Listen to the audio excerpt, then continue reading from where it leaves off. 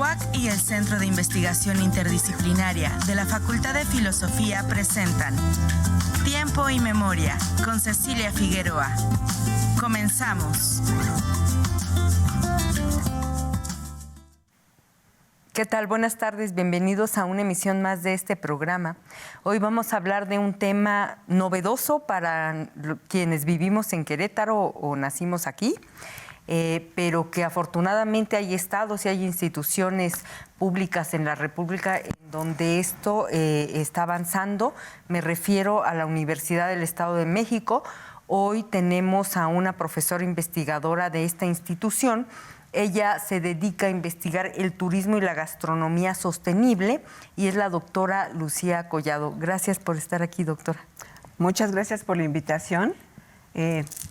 Bueno, es un placer estar aquí en esta ciudad tan hermosa de Querétaro, donde, bueno, tenemos tema ahí de investigación. Estamos en una visita académica y, bueno, nos ha interesado mucho trabajar justamente sobre ampliar nuestra perspectiva de la gastronomía sostenible.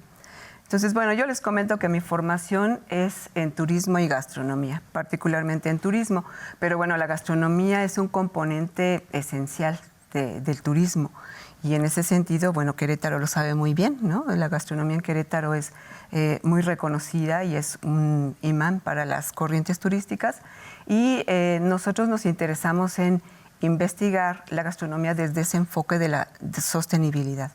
Entonces, lo que insertamos aquí es precisamente las formas culturales del consumo alimentario. Está dentro de todo un proyecto que tiene como temática central la soberanía alimentaria. Y en ese sentido, la gastronomía como una práctica social y cultural, pues está completamente engarzada con esa temática, porque además debemos de reconocer que la gastronomía como una actividad económica y cultural, social, está muy extendida en todas partes. Comemos en todas partes, vamos a los lugares turísticos y consumimos los alimentos de ahí, pero nuestro interés es tratar de, desde el punto de vista educativo, tratar de formar profesionales que identifiquen que la gastronomía no tiene que ver esencialmente o únicamente con aquellos procesos de producción, de venta y de consumo de los alimentos, sino que tiene un trasfondo también muy importante que se relaciona con el impacto ambiental. Entonces, la producción de alimentos genera, según la ONU, la FAO, es uno de los mayores impactos que se generan a través de la producción y del consumo de alimentos. De hecho, hay estadísticas muy importantes que deberíamos de tomar en cuenta con relación al desperdicio alimentario. Entonces, ¿qué tanto consumimos? ¿Cómo lo consumimos? ¿Qué tanto nos interesamos por el origen de los alimentos, por el costo social y ambiental de la producción de los alimentos? Entonces, tomamos ese tema para poderlo desarrollar y hablar justamente de gastronomía sostenible. Y bueno, ya la ONU en 2016 declaró un día específico para celebrar o recordarnos a partir de la gastronomía sostenible que tenemos que hacer algo desde ese enfoque para poder aportar a la conservación ambiental, a la conservación de los recursos o más bien de los bienes naturales para el consumo alimentario. Entonces, bueno, los estudios en la gastronomía desde el punto de vista profesional empezaron hace 20 años. Y bueno, en la Universidad Autónoma del Estado de México ha sido pionera desde justamente la formación profesional en turismo y ahora de la gastronomía ha sido pionera en la conformación de estudios profesionales, de licenciaturas en turismo y licenciatura en gastronomía. Entonces, hace 20 años estamos con este tema y vamos cayendo en la cuenta de que es un área muy compleja. O sea, aparentemente no lo es, comemos y degustamos, pero no nos damos cuenta de ese trasfondo que yo he comentado. Al estudiar la gastronomía nos damos cuenta de esa complejidad y de que tiene que ver con muchas cuestiones, ¿no? Y que necesitamos que los futuros profesionales en gastronomía comprendan cuál es la importancia de esa área de conocimiento, comprendan cuál es también su función social, profesional, desde esta área de conocimiento. Y bueno, que tendríamos que estar estudiando, investigando para poder ser más atinados en cómo proveer, en cómo transformar los alimentos, en cómo ofrecerlos a los turistas, porque además no solamente se consume a nivel local, con la población local, sino que también le damos de comer a los turistas.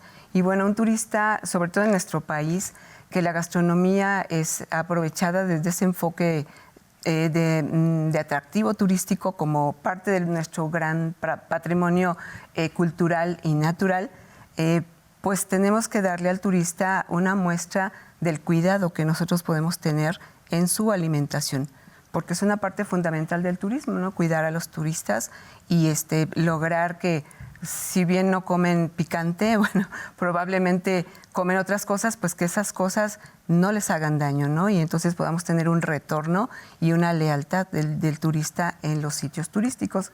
Entonces, ¿por qué abordar la gastronomía desde las investigaciones que estamos realizando ahorita en la Universidad Autónoma del Estado de México? Bueno, pues porque apareció en ese mapa educativo la profesión y queremos que la construcción de los programas educativos a los que nuestros estudiantes están desarrollando, bueno, tenga ese contenido un poco más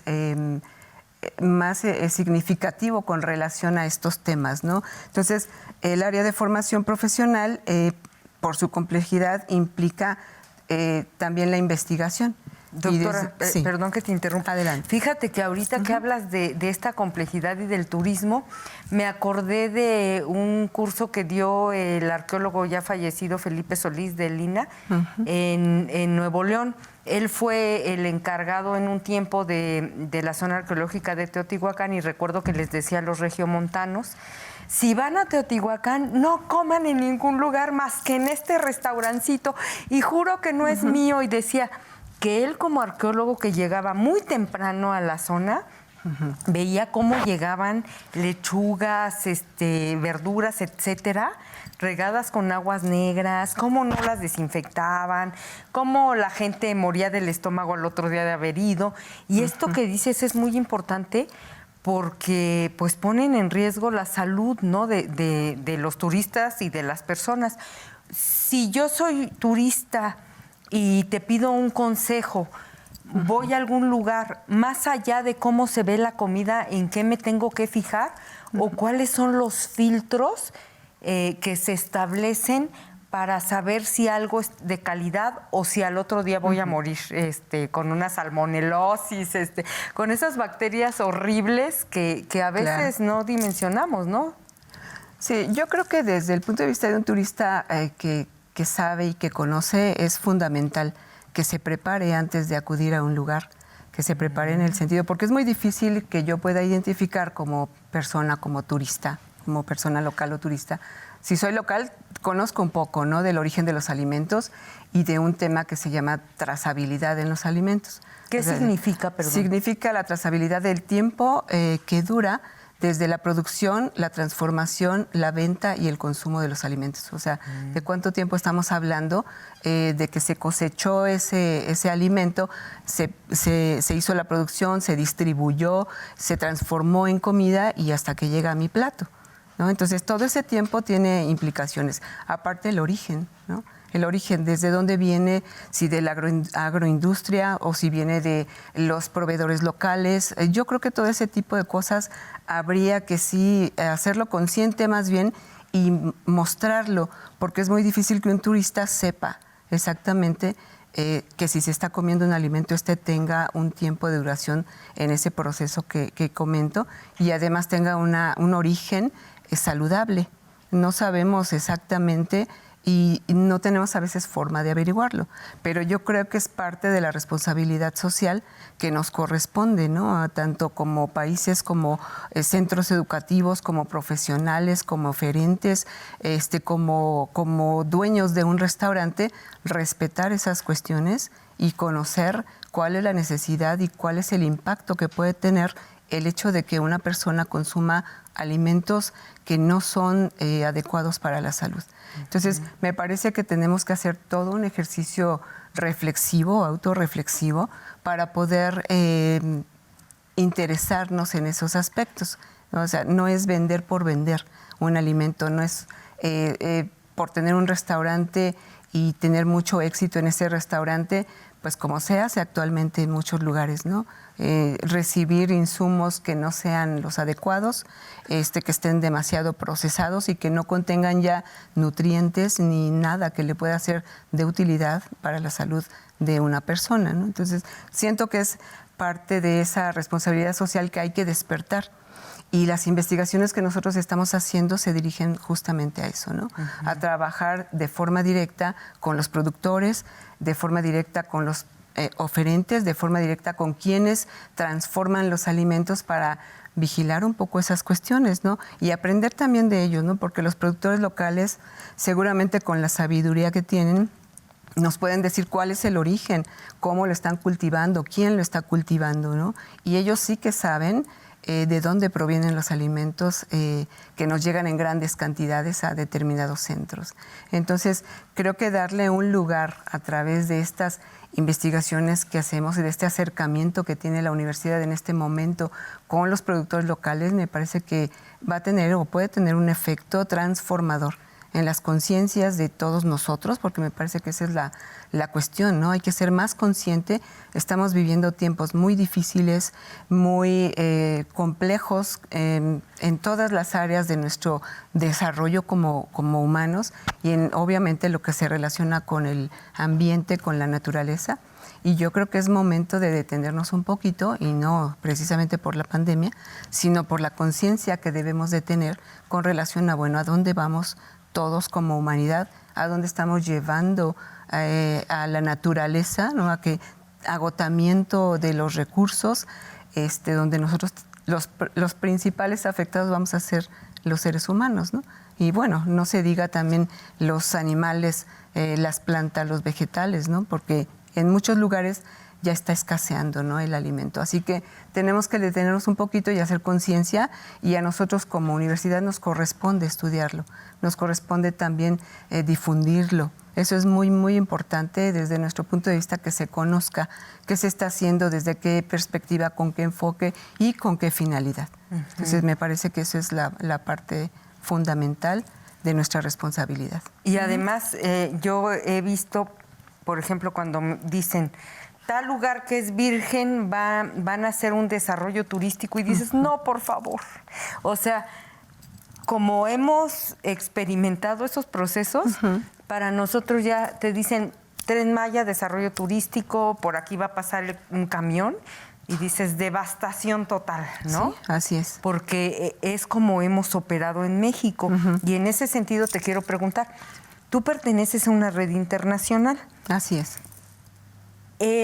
Los colegas de, por ejemplo, otros países de América Latina, ¿qué experiencia tienen en cuanto a estas cuestiones que nosotros podamos aprenderles? Bueno, yo creo que sí, hay muchas experiencias desde diversos enfoques en diversos países. O sea, todo comenzó hace ya un buen tiempo, cuando se empezó a hablar de turismo rural y de turismo alternativo, ¿no? Entonces, las modalidades de turismo alternativo y de turismo rural tenían ese enfoque, ¿no? Y digo tenían porque me parece que al paso de los tiempos y frente al interés también de una ganancia, de una acumulación de riqueza en muchos países, esta cuestión del turismo rural y del turismo alternativo también ha tenido sus aristas ahí, no muy adecuadas. Y bueno, desde el punto de vista ecológico a veces no es tal el efecto que se tiene, ¿no? Me parece que hay muchos países que lo están intentando. Yo creo que justo por eso hay una temática sobre las epistemologías del sur, porque me parece que en América Latina estamos teniendo ya una conciencia muy clara sobre los efectos que tiene la actividad turística, que ha sido una de los vehículos de globalización más potentes que hemos tenido. Entonces, acompañado de ella, pues la gastronomía necesariamente, ¿no? Así que cuando se realizan acciones de conservación y de defensa de las áreas protegidas y de áreas donde no se puede o no es adecuado instalar grandes hoteles porque además a veces no hay ni siquiera los recursos naturales y los recursos, digamos, en cuestión de espacio para poder poner hoteles de esa naturaleza. Bueno, pues ahí estamos teniendo ya una reflexión al respecto. Entonces, sí hay esfuerzos en muchos países. Europa tiene experiencias también de turismo rural, pero bueno, vamos a ver que el turismo se relaciona, y la gastronomía también, se relaciona con muchos otros aspectos. Entonces, todo tendría que estar funcionando de manera como un engranaje, ¿no?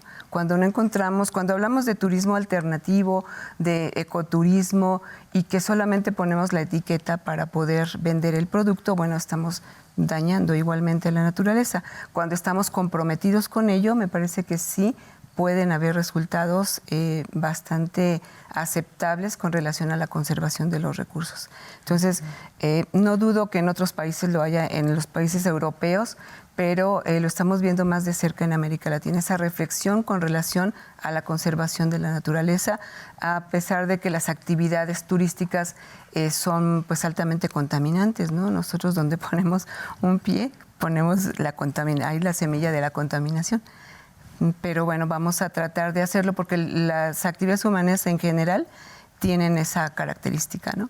Los ambientalistas incluso dicen que hasta el aleteo de una mariposa arruina un ecosistema, ¿no? Imagínate nosotros que somos depredadores per se. Sí, nuestra huella es bastante evidente, ¿no? Entonces, me parece que justo por eso hay que ser más analíticos, hay que ser más responsables en todas nuestras prácticas, y bueno, estas prácticas que tienen una relación muy directa con la naturaleza, con su conservación, con la defensa del ambiente como un derecho del ser humano y de toda forma de vida.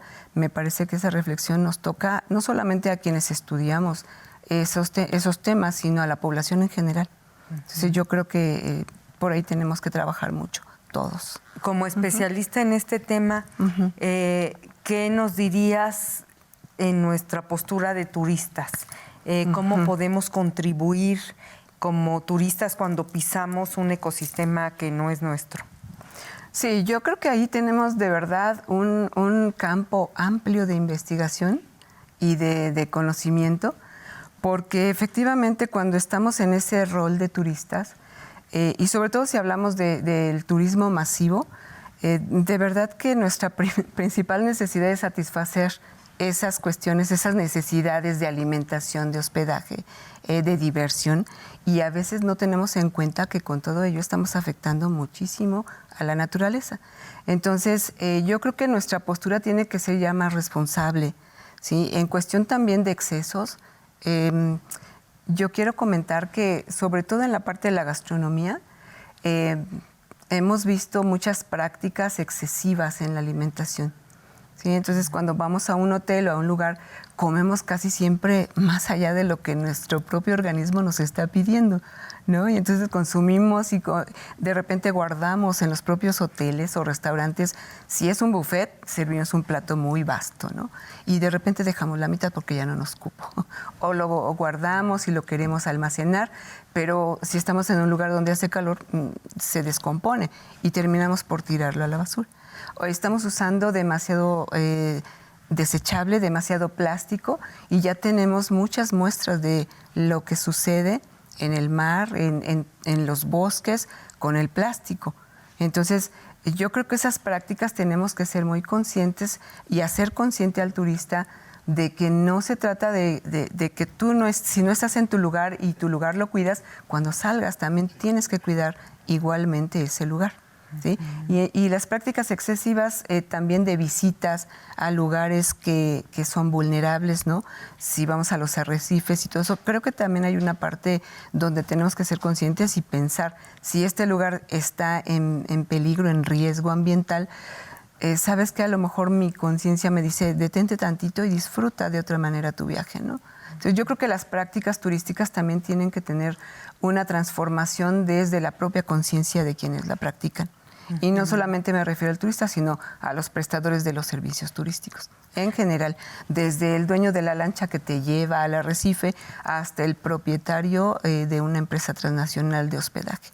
Entonces, me parece que ahí es una combinación de esfuerzos y un despertar de conciencia que nos está haciendo mucha falta y que, bueno, sí, la pandemia ayudó mucho en ese sentido, pero ahora el turismo se vio muy afectado y nos dimos cuenta que tenemos que llevar a cabo acciones para defender eso que también nos da mucha satisfacción como personas, ¿no? El viajar. Y también, doctora, me recordaste eso de si el arrecife está en riesgo, mejor ni vayas. Bueno, los mexicanos somos, no sé qué tenemos, que vamos al mar y queremos traernos la arena del mar, la conchita, el caballito de mar. Y ahí yo creo que también es importante reparar en que lo que es del mar se queda ahí. Tú lo ves, lo disfrutas y no tienes derecho a trastocar eso. Ya lo viste, lo viviste y te regresas sin nada, ¿verdad? Claro, porque forma parte de ese ecosistema. Así es. No está ahí nada más para ver si se lo llevan. O sea, forma parte de ello, ¿no? Así es. Pues muchas gracias a la doctora Lucía Collado de la Universidad Autónoma del Estado de México por habernos acompañado y a nuestros televidentes nos vemos en la próxima emisión. Buenas tardes. Muchas gracias.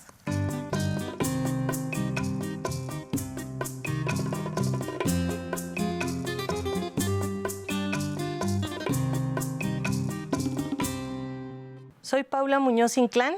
Escribo por contagio de una cierta ansia de no estar sola, contagio de otros poetas, de otros escritores. Les voy a leer algunos poemas escritos en varios momentos. Algunos pertenecen a mi primer libro, que apenas recién publicado este 2022. Se llama Saberes Recordar. Este primero no es de ese libro. Se llama Mirada a mi padre. Tu fe me resulta, sin embargo, inaccesible. La sospecho materia de mi alma. El siguiente es La muerte del marcapasos. Voy de salida por la puerta de servicio. Tropiezo con un juguete pequeño, descompuesto de verano, grasa y Coca-Cola. Sé que esta no es la casa de un niño, ni el plástico, ni el fierro viejo. Yo no soporto las mentiras, óxido, no soporto el sentido común, ruido, la inteligencia de la vida. Quiero salir por la puerta de servicio, algo muerto me detiene, frío pero podrido, podrido pero inerte, pero me grita la primavera, los jardines petrificados de las casas francesas, todo momento en que no conozco esta casa y una mujer que no solo no soy, sino que es alguien diferente. Juguete pequeño y egoísta, infantil plástico, inmaduro acero, no una bomba de sangre, no la miseria, el olvido, la piel, su color no verdadero. No hay resoplido caballo, relinchido final, ni mandar fusilar a Dios. Mañana desaparecen esas mejillas largas con sus puertas mal cerradas, porque este juguete pequeño, como un puño, lo levanto del suelo, le quito el polvo con mis dedos, termino de descargarlo como a una margarita, grosera y agresiva, como un duende enfermo. Me largo aunque esta no es la casa de un niño, este puño no es un juguete, por la puerta de servicio. Siguiente, Café del Fondo.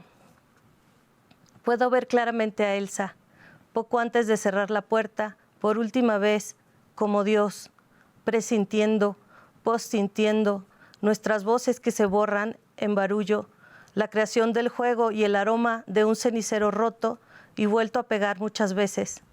Las miradas, como cables oxidados, aún nos atan los dedos y las orejas a cada arco de los pies. Audi. Me abre las manos y hace un hoyo en el suelo de la última recámara de su propia casa. Afuera un Audi permanece estacionado a media calle y los niños de siempre no juegan. Me recuesto, me tiro boca arriba en el vacío, como el apache de un cuento pego una oreja en el sueño para conocer el peso de la amenaza. Se recuesta junto a mí. Supongo que el Audi chocó y ahora espera al ajustador del seguro en el lugar del siniestro. Okay. Me dijo perra. La madre de Lucía ha sido tan perra que Lucía se toma mal todo lo que viene de ella, de su madre. El otro día la madre le dijo que tanto ella, Lucía, como Rigoberta la perra, son hembras y por lo tanto son potencialmente autosuficientes. A diferencia de sus hermanos de Lucía, hijos de la misma perra. Y Lucía triunfó con risa a pesar de la amplitud de la mordida de la perra que tiene encima. Rigoberta, bueno, es un perro enano, una perra enana, muy histérica, sí, la conozco. Hembras, me dice Lucía a la hora de comer, me dijo perra. Yo casi no puedo evitar seguir pensando en que mi güey ya no es mi güey y no me quiso tanto como yo a él. Me da igual quién de los dos es hembra, quién de nosotros ladra, como yo, y quién de nosotros no dice nada. Las perras no parecen mamíferos a las 3 de la tarde como las vacas o las putas o las pendejas. Sabemos que lo son porque a veces paren y amamantan. Es mejor ser una perra silenciosa y mirar la luz del foco de la calle que se mete por mi ventana. Tierras altas. Oliveria Fernández, casi mi hermana, tiene un amante veinteañero. Ayer fue a visitarla y le preparó champiñones con avena. Ella dice que él es un bombón. Los bombones se dan en tierras altas y húmedas. Yo los prefiero al ajillo o en láminas para una ensalada de espinacas. Seguramente avena mañana por la mañana y esta cama, esta cama, esta cama, esta cama. Clavelito, la noche está clara, silenciosa y vacía. Vengo a hablar con los animales del bosque librero. Conejo con camisa, 7 centímetros, cuerpo duro, terciopelo gris. Bart Simpson, 10 centímetros de plástico pintado amarillo-azul. Este vivía en el congelador. Flor fotógrafa, 20 años 5. Y tú, la ardilla de madera que parece pato. Lean mis labios. Este libro no está dedicado a nadie, de tal modo que se pueden olvidar de él si a ustedes les preguntan por un libro dedicado que yo estuve leyendo. TV UAC y el Centro de Investigación Interdisciplinaria de la Facultad de Filosofía presentaron Tiempo y Memoria con Cecilia Figueroa. Gracias por acompañarnos.